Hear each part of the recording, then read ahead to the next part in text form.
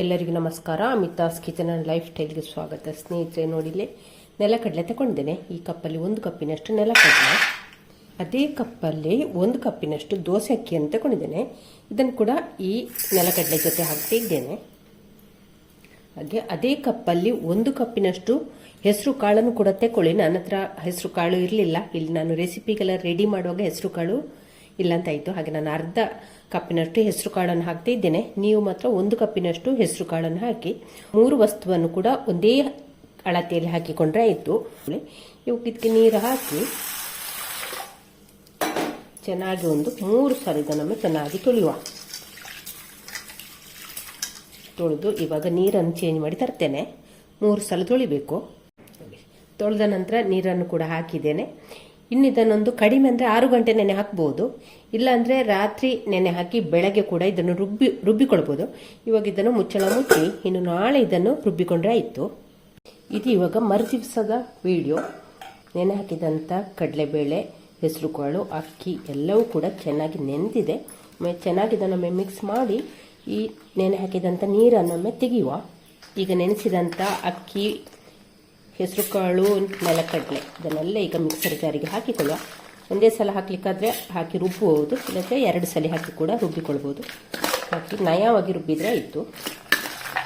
ಈಗ ಇದಕ್ಕೆ ರುಚಿಗಾಗುವಷ್ಟು ಉಪ್ಪು,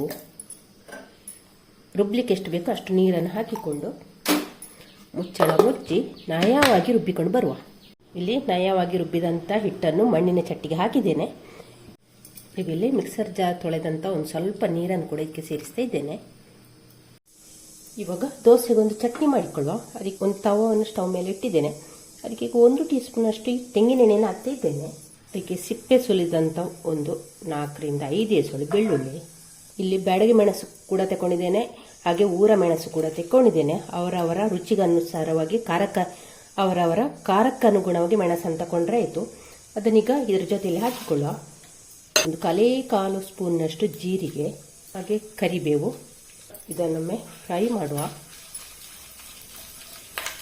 ಇದರ ಜೊತೆಯಲ್ಲಿ ಕಟ್ ಮಾಡಿದಂಥ ಅರ್ಧ ಈರುಳ್ಳಿ ಹಾಕಿದ್ದೇನೆ. ದೊಡ್ಡ ಈರುಳ್ಳಿ ಅರ್ಧ ಹಾಕಿದ್ದೇನೆ. ಅದನ್ನು ಕೂಡ ಇದರ ಜೊತೆಯಲ್ಲಿ ಒಮ್ಮೆ ಫ್ರೈ ಮಾಡುವ. ಇವಾಗ ಇಲ್ಲಿ ಹಾಕಿದಂಥ ಸಾಮಗ್ರಿ ಎಲ್ಲ ಫ್ರೈ ಆಗ್ತಾ ಬಂತು. ಆ ಹೊತ್ತಿಗೆ ಇಲ್ಲಿ ನಾನು ಕಟ್ ಮಾಡಿದಂಥ 3 ಟೊಮೆಟೊವನ್ನು ಹಾಕ್ತಾ ಇದ್ದೇನೆ. ಹಾಕಿ ಇದನ್ನು ಕೂಡ ಫ್ರೈ ಮಾಡುವ. ಈಗ ಟೊಮೆಟೊ ಬೇಗ ಮೆತ್ತಗಾಗಲಿಕ್ಕೋಸ್ಕರ ಕಲ್ಲುಪ್ಪನ್ನು ಕೂಡ ಹಾಕಿದ್ದೇನೆ.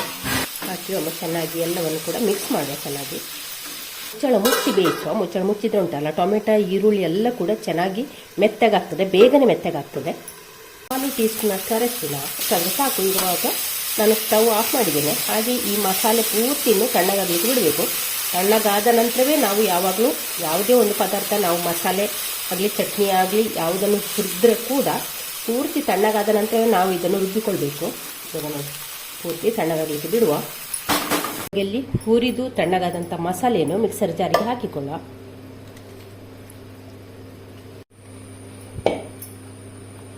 ಇವಾಗ ಇದನ್ನು ಮುಚ್ಚಳ ಮುಚ್ಚಿ ನಯವಾಗಿ ರುಬ್ಬಿಕೊಂಡು ಬರುವ. ನೀರು ಹಾಕೋದು ಬೇಡ, ಅಂತೆ ರುಬ್ಬಿಕೊಂಡು ಬರುವ. ಮತ್ತು ಉಪ್ಪು ಕೂಡ ಹಾಕೋದು ಬೇಡ. ಆ ನಂತರ ಉಪ್ಪು ನೋಡಿ ಹಾಕುವ. ಯಾಕೆಂದರೆ ನಾವು ಟೊಮೆಟೊ ಬೇಯುವಾಗ ಕೂಡ ಉಪ್ಪು ಹಾಕಿದ್ದೇವಲ್ಲ. ಇವಾಗ ಇದನ್ನು ನಯವಾಗಿ ರುಬ್ಬುವ. ರುಬ್ಬಿದಂಥ ಚಟ್ನಿಯನ್ನು ಒಂದು ಬೌಲಿಗೆ ಹಾಕಿಕೊಳ್ಳುವ. ಈಗ ಇದಕ್ಕೆ ಮಿಕ್ಸರ್ ಜಾರ್ ತೊಳೆದಂಥ ಒಂದು ಸ್ವಲ್ಪ ನೀರನ್ನು ಕೂಡ ಸೇರಿಸಿಕೊಳ್ಳುವ. ಹಾಗೆ ಚಟ್ನಿ ರುಬ್ಬುವಾಗ ಒಂದು ತುಂಡು ಬೆಲ್ಲವನ್ನು ಕೂಡ ಹಾಕಿದ್ದೇನೆ. ನೀವು ಬೇಕು ಅಂತಿದ್ರೆ ಹಾಕಿ, ಇಲ್ಲದ್ರೆ ಸ್ಕಿಪ್ ಮಾಡ್ಬೋದು. ಬೆಲ್ಲ ಹಾಕಿದರೆ ಟೇಸ್ಟ್ ಚೆನ್ನಾಗಿರ್ತದೆ. ಇವಾಗ ಇದನ್ನು ಚೆನ್ನಾಗಿ ಮಿಕ್ಸ್ ಮಾಡುವ. ಇವಾಗ ಇದರ ಟೇಸ್ಟ್ ನೋಡಿಕೊಳ್ಳಿ, ಉಪ್ಪೆಲ್ಲ ಕರೆಕ್ಟ್ ಉಂಟಾ ನೋಡಿಕೊಳ್ಳಿ. ಇನ್ನು ಇದಕ್ಕೊಂದು ಒಗ್ಗರಣೆ ಮಾಡುವ. ಇವಾಗ ಇಲ್ಲಿ ಚಟ್ನಿಗೊಂದು ಒಗ್ಗರಣೆ ಮಾಡುವ. ಒಗ್ಗರಣೆಗೆ ನಾನು ತೆಂಗಿನೆಣ್ಣೆ ಉಪಯೋಗಿಸಿದ್ದು. ತೆಂಗಿನೆಣ್ಣೆ, ಸಾಸಿವೆ, ಬೆಳ್ಳುಳ್ಳಿ, ಉದ್ದಿನಬೇಳೆ, ಕರಿಬೇವು ಹಾಕಿ ಚೆನ್ನಾಗಿ ಫ್ರೈ ಆದ ನಂತರ ಇದಕ್ಕೆ ಒಗ್ಗರಣೆ ಮಾಡಿಕೊಂಡಿದ್ದೇನೆ. ಇವಾಗ ಇಲ್ಲಿ ಒಂದು ತವವನ್ನು ಸ್ಟವ್ ಮೇಲೆ ಇಟ್ಟಿದ್ದೇನೆ. ಇದಕ್ಕೊಂದು ಸ್ವಲ್ಪ ನೀರು ಹಾಕಿ ತವವನ್ನು ಚೆನ್ನಾಗಿ ಒರೆಸಿಕೊಳ್ಳುವ. ಇವಾಗ ಇದಕ್ಕೆ ಹಿಟ್ಟನ್ನು ಹಾಕಿಕೊಳ್ಳುವ. ಹೀಗೆ ತೆಳ್ಳಗೆ ಹಿಟ್ಟನ್ನು ಹಾಕಿಕೊಂಡ್ರೆ ಆಯಿತು. ಎಷ್ಟು ತೆಳ್ಳಗಾಗ್ತದೆ ಅಷ್ಟು ತೆಳ್ಳಗೆ ಹಿಟ್ಟನ್ನು ಹಾಕಿಕೊಳ್ಳುವ. ನೋಡಿ, ಕಣ್ಣು ಬೀಳ್ತಾ ಉಂಟು. ನಾವು ಹಿಟ್ಟು ಹರಡಿದಾಗೆ ನೋಡಿ ಎಷ್ಟು ಚೆನ್ನಾಗಿ ಕಣ್ಣು ಬೀಳ್ತಾ ಉಂಟು ನೋಡಿ. ಇವಾಗ ನಾವು ಫಸ್ಟಿಗೆ ತೆಳ್ಳಗೆ ರೊಟ್ಟಿಯನ್ನು ಮಾಡಿಕೊಳ್ಳುವ, ದೋಸೆಯನ್ನು. ಇವಾಗ ಮುಚ್ಚಳ ಮುಚ್ಚುವ. ಇವಾಗ ನಾನು ಉರಿಯನ್ನು ಮೀಡಿಯಂ ಫ್ಲೇಮಿಗೆ ಹಾಕಿ ಒಂದು 3 ನಿಮಿಷ ದೋಸೆಯನ್ನು ಬೇಯಿಸಿಕೊಂಡಿದ್ದೇನೆ. ನೋಡಿ ಎಷ್ಟು ಚೆನ್ನಾಗಿ ಗರಿ ಗರಿಯಾಗಿ ಬಂದಿದೆ. ನೋಡಿ ಸೂಪರ್ ಆಗಿ ಬಂದಿದೆ. ಇದು ನೋಡಿ ಇಬ್ಬಿಸುವ ನಿಮಗೇನು ನೋಡಿ ನಿಮಗೇನು ಇದು ಹೇಳುವುದಿಲ್ಲ ಅಂತ ಏನು ಭಯ ಬೇಡ. ನೋಡಿ ಎಷ್ಟು ಚೆನ್ನಾಗಿ ಎದ್ದು ಕೂಡ ಬರ್ತದೆ, ಎಷ್ಟು ಕ್ರಿಸ್ಪಿ ಕೂಡ ಆಗಿದೆ. ನೋಡಿ ಇದು ನಮಗೆ ಎಣ್ಣೆ ಹಾಕದೆ ಕೂಡ ಉಪಯೋಗಿಸ್ಕೊಳ್ಬೋದು, ಎಣ್ಣೆ ಹಾಕಿ ಕೂಡ ಉಪಯೋಗಿಸ್ಕೊಳ್ಬೋದು. ನೀವು ಎಣ್ಣೆ ಬೆಣ್ಣೆ ತುಪ್ಪ ಏನನ್ನು ಬೇಕಾದರೂ ಇದರ ಮೇಲೆ ಸವರಿ. ಆದರೆ ಮಗುಚಿ ಹಾಕಿ ಮಾಡಬೇಕು ಅಂತಿಲ್ಲ, ಕ್ರಿಸ್ಪಿ ಇದ್ದ ಕಾರಣ ನಾವು ಇದನ್ನು ಮಗುಚಿ ಹಾಕೋದು ಬೇಡ. ಮೇಲೆಯಿಂದ ಎಣ್ಣೆ ಬೆಣ್ಣೆ ತುಪ್ಪ ಏನನ್ನು ಕೂಡ ಹಾಕಿಕೊಳ್ಬೋದು. ನಾನು ಇದನ್ನು ಅಂತೆಯೇ ಮಾಡ್ತಾ ಇದ್ದೇನೆ, ಡ್ರೈ ಆಗಿ ಮಾಡ್ತಾ ಇದ್ದೇನೆ. ಇನ್ನೊಂದು ದಪ್ಪ ದೋಸೆ ಮಾಡ್ತಾ ಇದ್ದೇನೆ. ಇವಾಗ ಇಲ್ಲೊಂದು ಸೆಟ್ ದೋಸೆ ತರ ಮಾಡ್ತಾ ಇದ್ದೇನೆ. ಇದನ್ನು ನಾವು ತುಂಬಾ ಅಗಾಲಕ್ಕೆ ಮಾಡೋದು ಬೇಡ, ಸ್ವಲ್ಪ ಅಗಲ ಮಾಡಿದ್ರೆ ಸಾಕು. ಸೆಟ್ ದೋಸೆ ತರ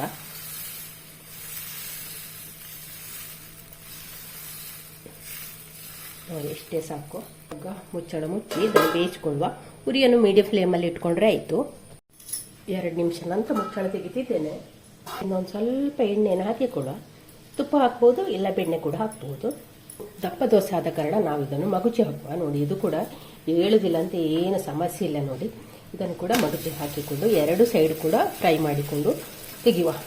ಕ್ರಿಸ್ಪಿ ದೋಸೆ ಮಾಡ್ತಿದ್ರೆ ಒಂದು ಸೈಡ್ ಮಾತ್ರ ಫ್ರೈ ಮಾಡಿದ್ರೆ ಸಾಕು, ಮಗುಚಿ ಹಾಕಬೇಕು ಅಂತ ಏನಿಲ್ಲ. ನೋಡಿ ಇದನ್ನು ಕೂಡ ಈ ರೀತಿ ಫ್ರೈ ಮಾಡಿ ತೆಗೆದ್ರೆ ಆಯಿತು. ನೋಡಿ ಹೀಗೆ ಎಲ್ಲ ದೋಸೆಯನ್ನು ಕೂಡ ಮಾಡಿಕೊಳ್ಳುವ. ಇವಾಗ ಇಲ್ಲಿ ನಮ್ಮ ಶೇಂಗಾ ಹೆಸರು ಕಾಳು ಅಕ್ಕಿ ಹಾಕಿರುವಂಥ ದೋಸೆ, ಕ್ರಿಸ್ಪಿ ದೋಸೆ ರೆಡಿಯಾಗಿದೆ, ಹಾಗೆ ಸಾಫ್ಟ್ ದೋಸೆ ಕೂಡ ರೆಡಿಯಾಗಿದೆ.